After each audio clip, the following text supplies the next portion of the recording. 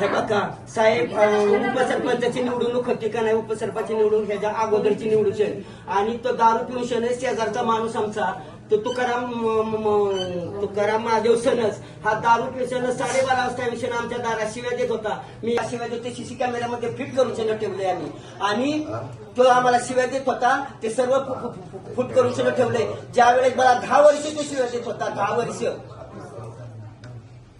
प्रतिनिधी 10 वेळा तुमच्याकडे येतो, सांगतो त्या पोलिसांनी त्या आमच्या सरपंचाला अटक करण्यासाठी रोज गाडी गावात जाते आणि ज्यांच्यावर केस झाली तुम्ही मला सांगताय डीवायएसपी चौकशी करताय. डीवायएसपीना विचारल्यानंतर डीवायएसपी म्हणताय आमची चौकशी चालू आहे. मारणारा आरोपी बाहेर होतो आणि जो मार खाल्लाय त्याला पळावून मारावं लागतं. एवढी मस्ती आली पोलिसांना.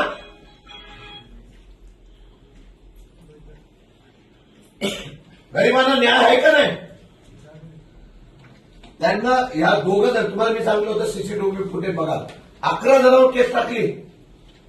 11 जणांवर. तुम्हाला मी विनंती केली होती सीसीटीव्ही फुटेजमध्ये जे कोणी असतील त्याला पकडा. तुम्हाला सीसीटीव्ही फुटेज काढायला भेटलं नाही.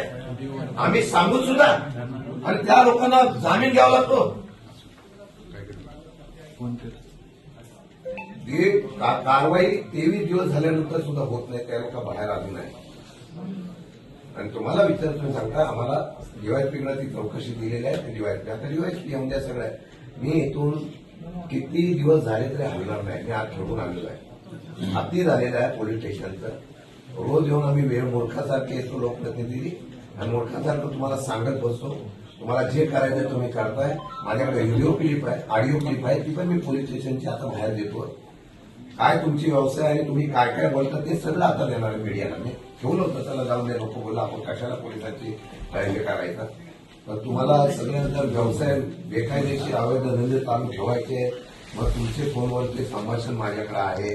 त्या संभाषणमध्ये तुम्ही सांगताय तो कोण कोण दारूचा धंदा चालू करतो तुम्हाला सांग, तुला काय काय नाही, तुझा धंदा चालू ठेव का मला माहिती दे. सगळं माझ्याकडे रिपोर्ट आहे. मला या केसबद्दल निर्णय काय देणार तुम्ही सांगा, नाही तर एसपी नाही तर बोलून घ्या. मी अजिबात हलणार नाही. साहेब मला 2 शब्द बोलायचे.